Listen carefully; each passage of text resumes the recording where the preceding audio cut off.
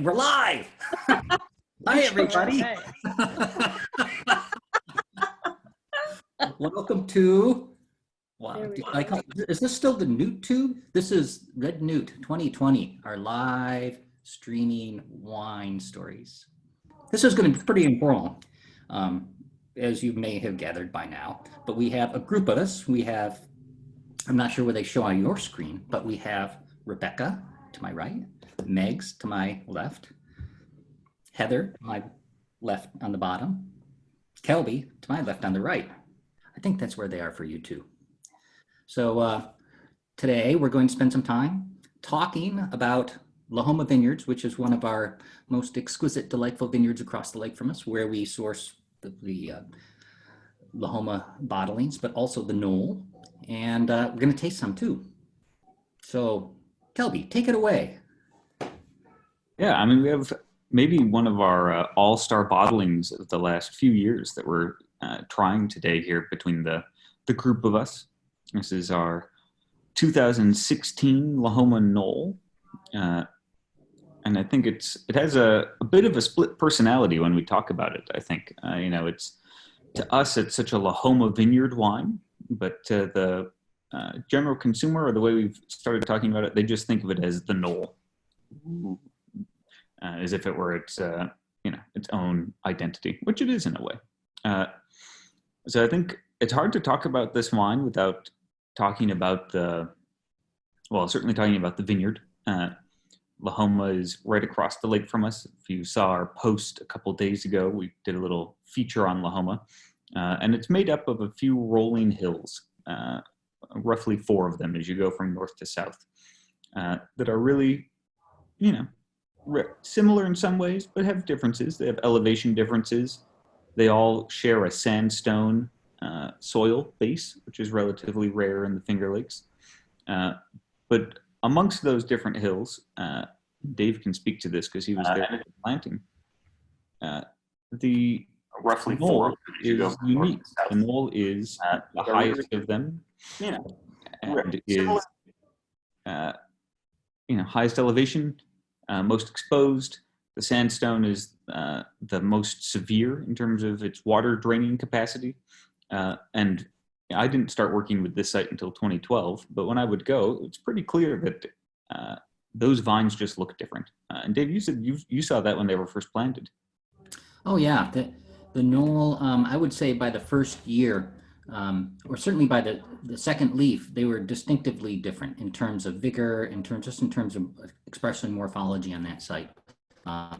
So even though we didn't have fruit yet, we started saying, well, gosh, this vineyard, same planting. I mean, it was only a couple of acres, so there were another 3 acres planted that same year as that block, but we started to identify some distinctive qualities. So we kept them separate and kept our eyes on it. So Red Newt has always vinified, always kept every area of the harvest separate and worked on those plots separately, which means that we always did that with the Knoll. But it wasn't until 2013 that we really felt like we had a wine that was so distinctive that it had to be bottled with that name. Prior versions of the wine from the Knoll probably ended up in the dry Riesling or a reserve Riesling. But in 2013, there was something so distinct about it that we just couldn't help ourselves and bottled it on its own. And that really kind of started what is in some ways our banner Riesling at this point. It's certainly the one that we're the best known for on the international circuit. And we've had a real string of great success with it. I'm going to toss it over to Megs quickly to talk about 2016 as a harvest, which is, I think many of you probably realize how weird a harvest that was, but on our side, we certainly noticed it. Oh boy. Let's time travel here. 2016. Kobe, refresh my memory. 2016. Drought. Okay. Drought. Drought year. Drought year. Oh, it was the drought year. Thank you. Gosh. I need help with what year is what. It was, in fact, a drought year, which means that we had different growing season than I think we had really experienced a lot of years previously. And certainly for me, I had not worked with any fruit from a vintage like that before. So it ended up presenting a different set of challenges than I think we'd seen before.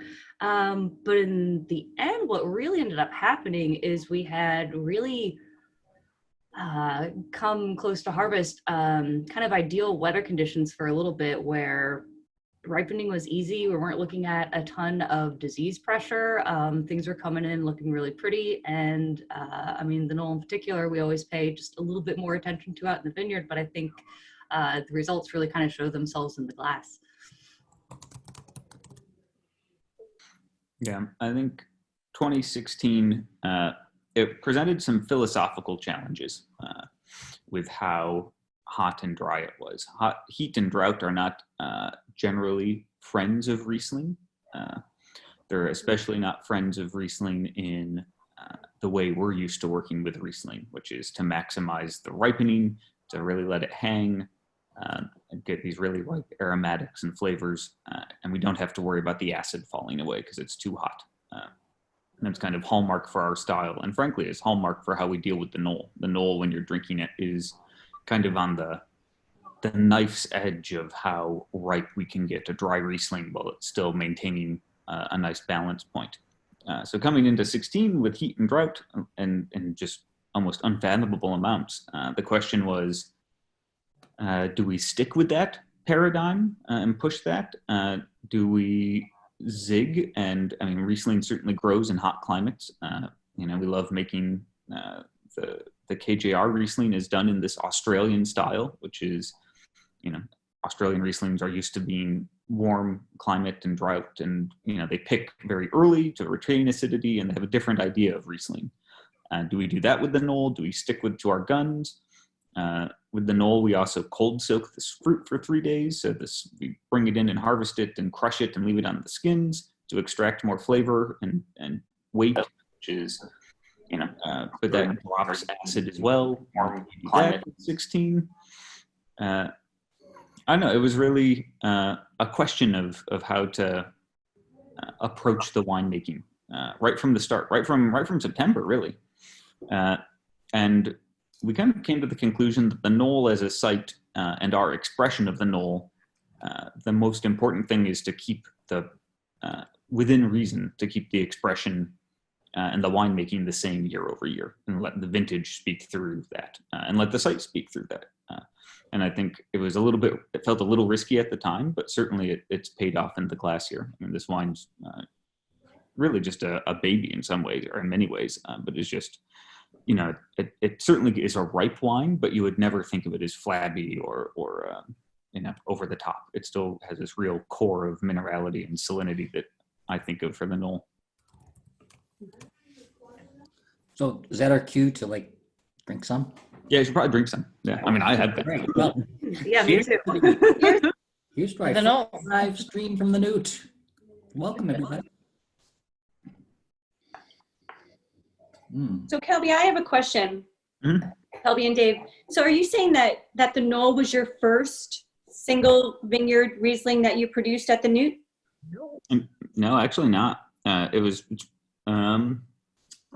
Is it true to say it's almost 2009. No.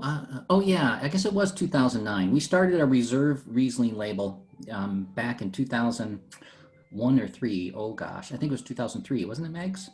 I believe you. Again, we're time traveling. And those bottlings tended to be, we were working with just one Riesling grower at the time, Sawmill Creek. So they were essentially single vineyard wines. But yeah, then we decided, as we started to expand our scope of different vineyards that we worked with and different blocks at Sawmill, we started to really see this distinction in the cellar. And we've always kept things fairly separate through vinification and blended at the end.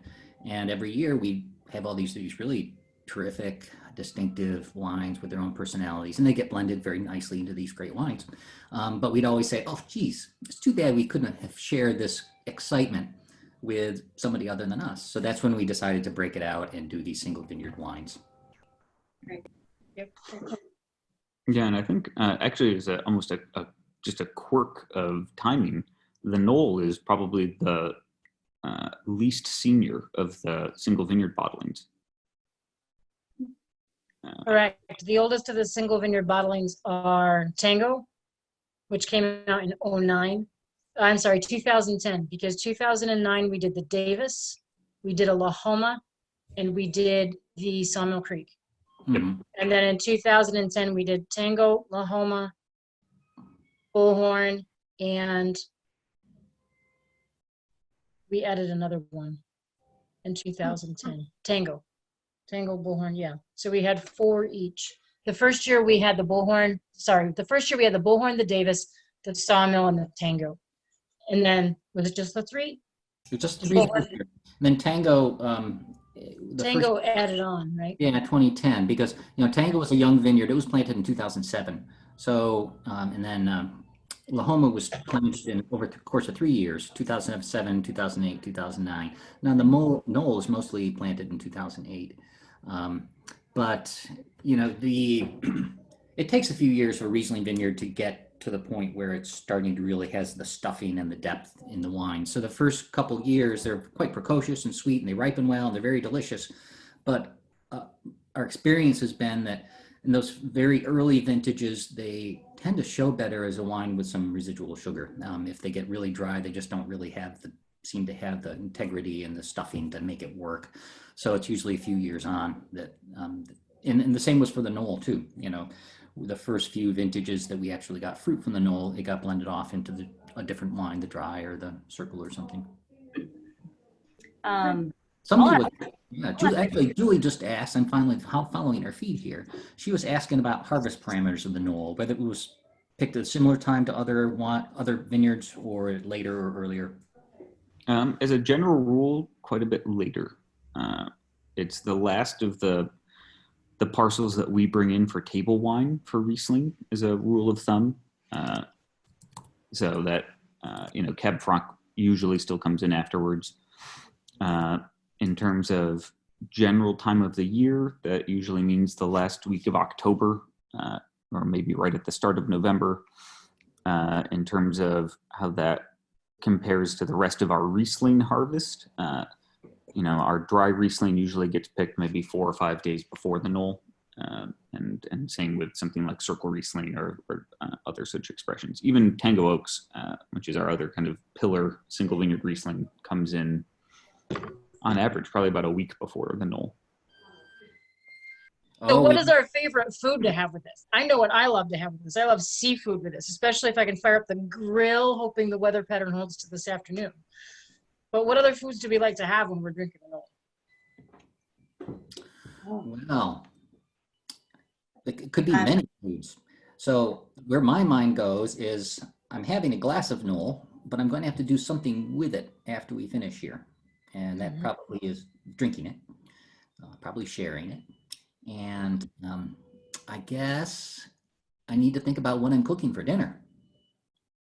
Or maybe you don't cook and you make ceviche. Well, going to the store is few and far between these days, so I don't have the nice fish. Fair point.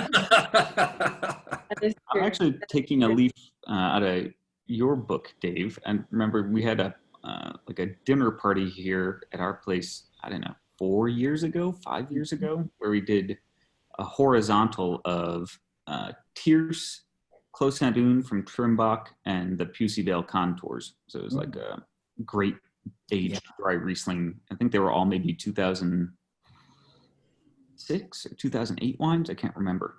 But everyone brought food to pair. And you brought a cold, like a Brussels sprout and cold beef salad, like seared beef salad.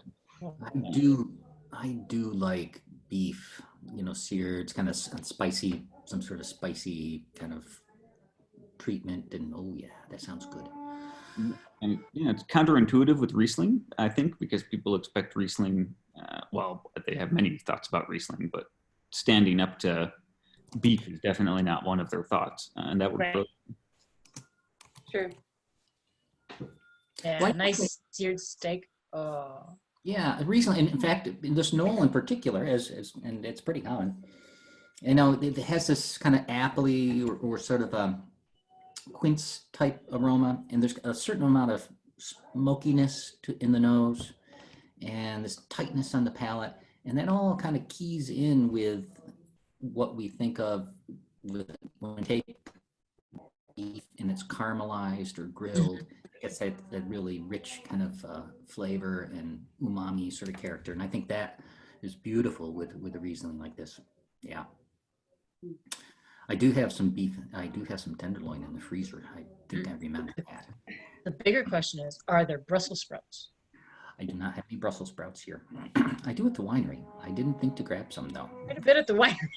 Yeah, I did go over How there. about you, Mags? It's few and far between too. Well, it's not necessarily things that I have on hand at the moment, but when I think of the Knoll and what I like it paired with, my mind kind of goes to what I get as characteristics from the wine, from juice all the way through fermentation stage. And it's always got this neat kind of smoky quality to it, which I always find really alluring. So had I the required materials, I would actually probably try and do something with a smoked trout with a little bit of like an orange, like a blood orange citrus aspect to it as well. For me, that would kind of really help this wine shine just a little bit more than it does. And you, Rebecca? Well, we're going to have pork chops with an apple chutney, and I thought that the apple would really pick up the notes on the apple and the tango. I think work with the Knoll as well. Well, I know that I still have a few shrimp squirreled away in the freezer, and I have some fresh green beans. So if I can fire up the old Weber, we're going to go old school and do some Greek souvlaki marinade real quick, then toss them on the fire and have this. Might have to be eat outside. It's actually nice enough to eat outside today. Oh, Yeah, it is. I do like this idea of firing up the grill since it definitely feels like a beautiful spring day here. We still have a little bit of sun where I am. Yeah. Yep, sun is still shining here, Burdette. / Hector. Yeah. So full disclosure on what's actually going to be paired with the Knoll this evening. Hot dogs. We'll be grilling burgers.